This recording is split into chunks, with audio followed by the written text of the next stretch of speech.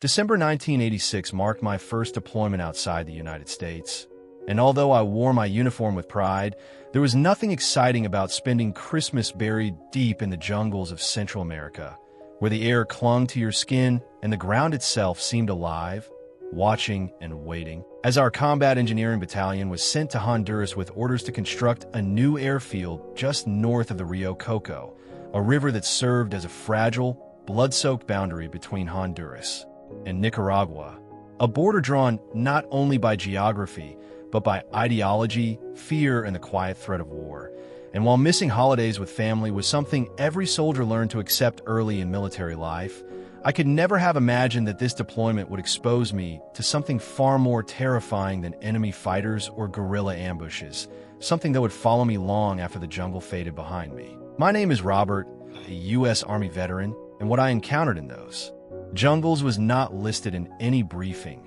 not marked on any map, and not something my command ever wanted spoken aloud. Because beneath the fog that rolled endlessly across the riverbanks and cattle fields, beyond the buzzing insects and distant gunfire of a proxy war, something ancient and monstrous moved through the water, something the locals whispered about in fear and the officers denied with anger, something they called El Diablo. And before any of us understood what we were stepping into, the political tension of the region had already turned Honduras into a silent staging ground for a larger global conflict, as Nicaragua reeled from decades of corruption, natural disaster, and violent revolution. First with the rise of the Sandinistas, socialist rebels backed by Cuba and the Soviet Union, and then with the emergence of the Contras, counter-revolutionaries covertly funded by the United States, turning the region into another shadow battlefield of the Cold War, where official war did not exist,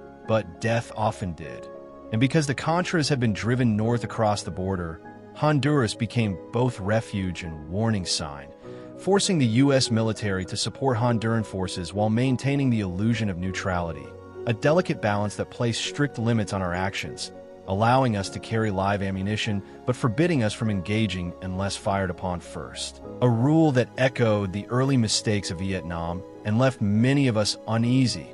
especially as our unit, the 27th Airborne Engineering Battalion out of Fort Bragg, worked mere miles from enemy territory, constructing an airstrip near the small village of Hamistran. A strip meant not only for transport, but as a silent message to Nicaragua to stay on its side of the border. And while some men labored on construction, others, including myself, were assigned to highly visible patrols along the border roads, designed to deter incursions and monitor suspicious activity. Though as a radio and communication specialist, my role was often limited to listening, relaying, and waiting, scanning endless dirt roads and river bends where visibility was poor and intelligence came late, if at all, and most reports we received were vague sightings of boats, shadows, or movement near the river, usually dismissed as smugglers or wildlife, until one particular morning patrol, when a radio transmission crackled through with unusual urgency, reporting something large moving upstream in the Rio Coco, erratic in speed and direction, unseen but unmistakably there. And as we coordinated rendezvous points and sped through villages and farmland toward the river, none of us yet understood that what awaited us beyond the cattle fields was not an enemy force, not a weapon, and not a myth, but something that would test not only our courage, but the very limits of what the military was willing to acknowledge. As our boots sank into the wet soil along the riverbank, the early morning mist twisted around the trunks of sparse trees like ghosts of something older than any map, and though the river ahead appeared calm, the radio chatter of our squad betrayed a growing unease, an unspoken recognition that this was not a normal patrol. Sergeant Perez had split our unit, leaving a few men behind to watch the trucks while the rest of us moved toward the water, navigating cattle pastures and barbed wire. The grass flattened by dew, our hearts synchronized with the pulse of the jungle, until finally we reached the tree line 50 yards from the river, hiding behind the sparse cover as the dark silhouette in the water grew clearer, a shape that defied expectations and reason, a moving mass that no boat, no crocodile, no mundane explanation could match. And as we watched, frozen by both fear and disbelief, It became apparent that what approached was not mere wildlife, but a predator of unimaginable size, its movements purposeful and almost intelligent. And when it struck the cattle, ramming them with immense force and lifting one entirely into the air, I realized in that moment that our training, our equipment, even our weapons were meaningless against what we faced. The radio went silent except for whispered coordination, and every man's eyes widened as we measured, paced, and tried to comprehend the scale of the creature, estimating lengths between 75 and 80 feet. Impossibly large, more myth than biology. And though fear gripped us, a dark curiosity lingered, compelling us to remain just out of sight as the snake vanished back into the water, taking with it the body of one cow, leaving devastation behind, a silent warning to any who might underestimate the unknown that lingered in the borderland. And though Sergeant Perez insisted no shots be fired, fearing the creature's wrath and our impotence, we could not help but debate its size and behavior in low tones, realizing that this encounter had crossed the line from conventional danger to something prehistoric and terrifying. And as we returned to the trucks, radioing the supposed boat sighting back to base, the response was immediate and strange. Maintain complete silence. Return to base for debriefing. File individual reports later. Orders that carried the unmistakable weight of fear and secrecy. And as we drove, the sun rose through the mist, casting the jungle in a pale light that seemed both beautiful and cursed, while the shadow of El Diablo lingered in our minds, an unwelcome passenger reminding us that not all enemies were human, not all threats could be countered by bullets, and that some corners of the world held mysteries that even soldiers, trained to confront death and chaos, could not confront without trembling.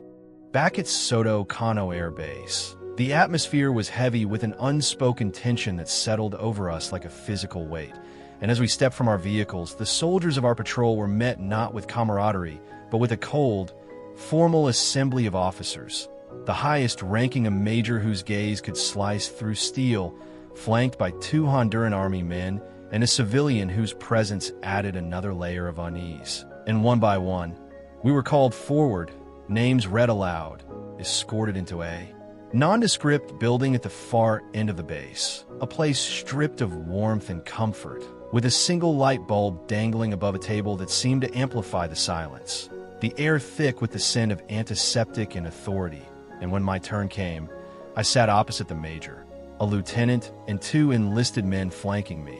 the room dead quiet except for the occasional shuffling of papers, as if the walls themselves were listening. And the major demanded I recount everything, every detail from the moment we left the trucks until we returned. And though my words trembled with a mixture of fear and awe, I told them exactly what we had seen, every motion of the creature, the panic of the cattle, the way it lifted one entirely from the ground, the way we had measured its length, and not a single man spoke, not a blink, not a twitch, the silence pressing down like a physical force. And when I finished, the major leaned back, glanced repeatedly toward the door, then back at me, and demanded I tell the story again, insisting he had missed something, as if repetition could uncover an error or force me to fabricate a version more palatable to his understanding. And I obeyed, my stomach twisting with unease, recounting the events a second time, word for word, each syllable a small defiance against the unspoken expectation that I might alter the truth. Yet still, his expression remained stone, a storm of authority contained within a man. And when he finally stood, left the room, spoke rapidly in Spanish to the Honduran officers outside. Words like El Diablo, Muertos, Agua, and Comer floating through the cracked understanding of my mind. My pulse raced as I imagined their discussion. The devil, the dead, the river, and what it might mean for us. And when the major returned, leaning over the table, voice loud, accusatory, telling me I was mistaken, ridiculing the encounter as fantasy, insisting the snake was no more than 20 feet long, that we had seen a dog, not a cow, that our story was a threat to diplomatic relations, and that any insistence otherwise could result in serious consequences, perhaps charges of falsifying reports or worse.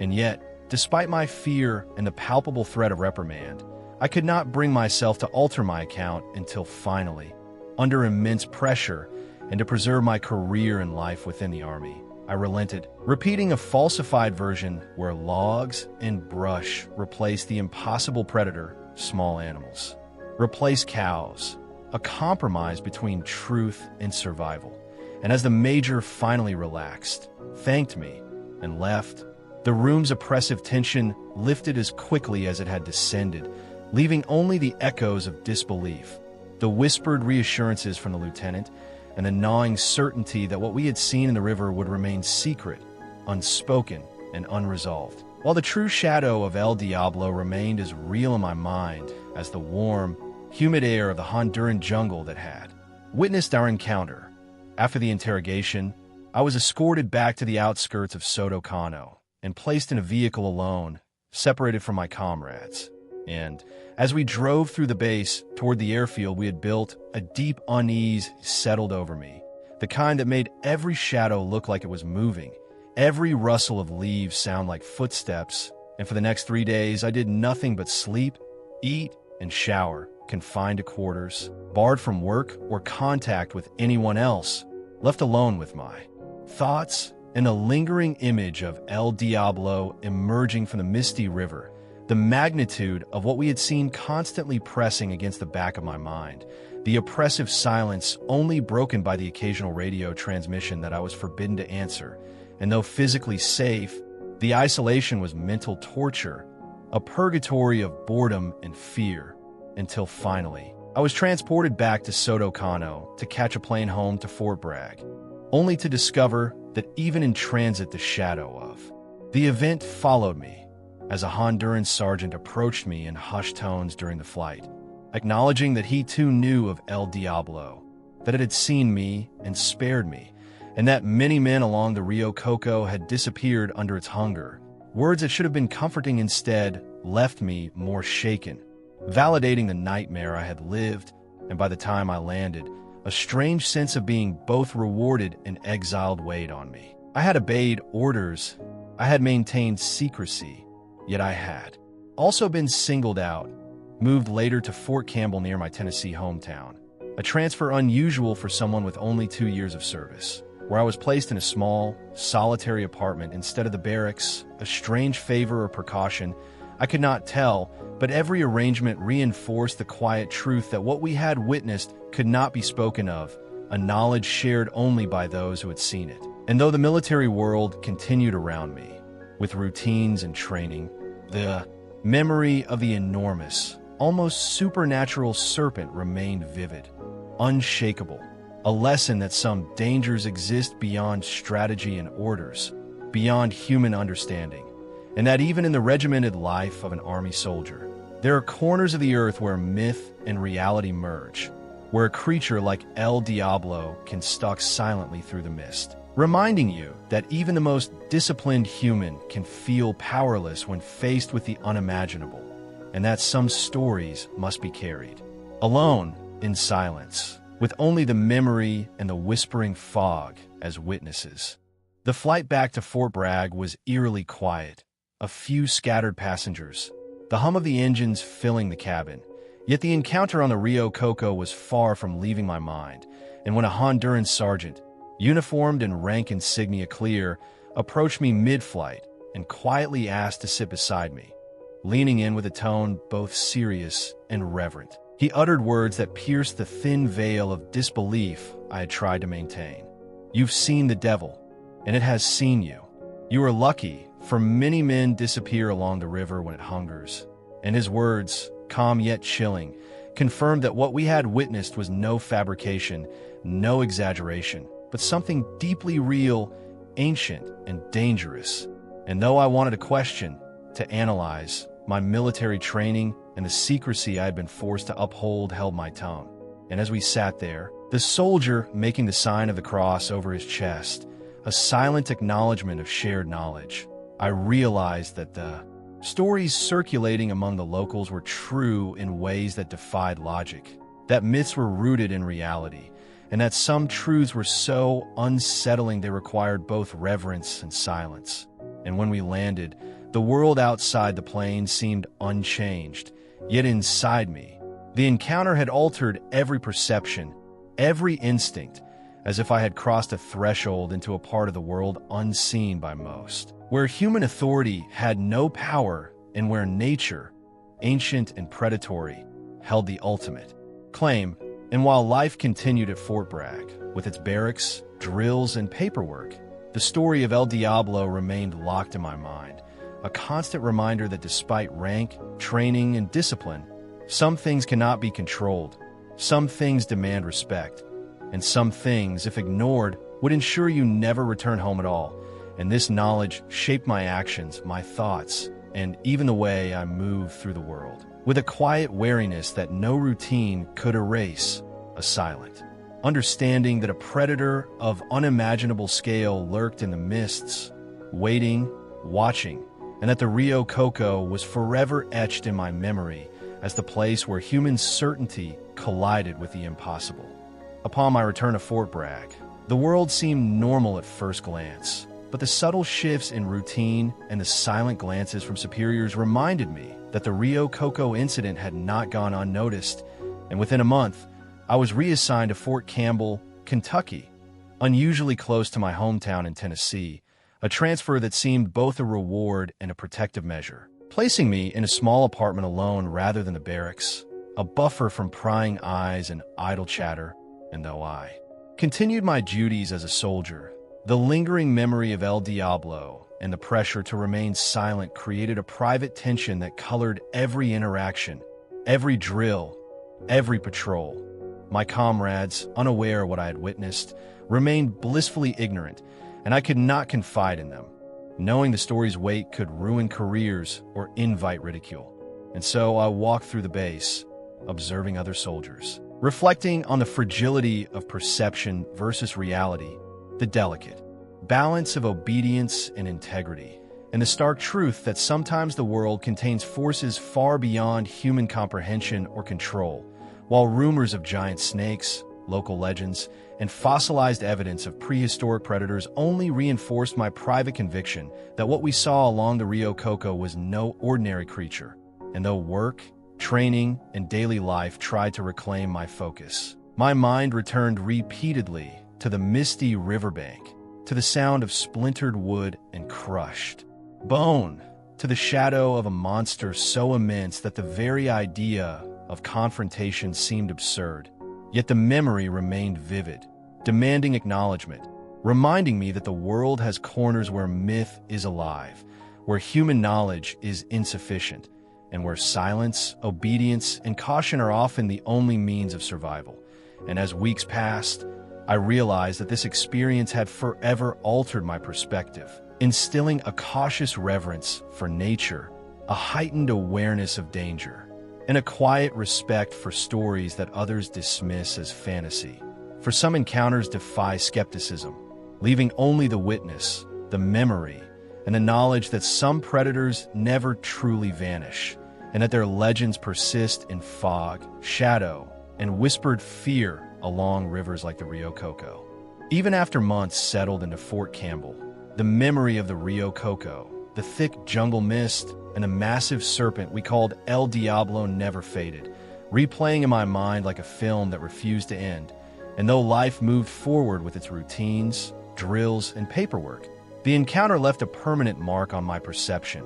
teaching me that not all threats are measured by numbers, weapons, or rank, that some forces exist in silence, in shadow, in fog, beyond maps and briefings, and I often reflected on the Honduran sergeant's words during that flight home, that the creature had seen me and spared me, a grim acknowledgement that survival was sometimes about obedience, respect, and timing rather than skill. And while I continued my service, rarely discussing what I had seen, the story of El Diablo remained alive in my thoughts and in whispers shared only with those I could trust implicitly. And over the years, curiosity led me to research, uncovering fossilized evidence of enormous prehistoric snakes in Colombia, reports of unusually large anacondas, and local folklore that warned of creatures capable of swallowing cattle whole, all of which validated the memory of that day, in ways both scientific and supernatural.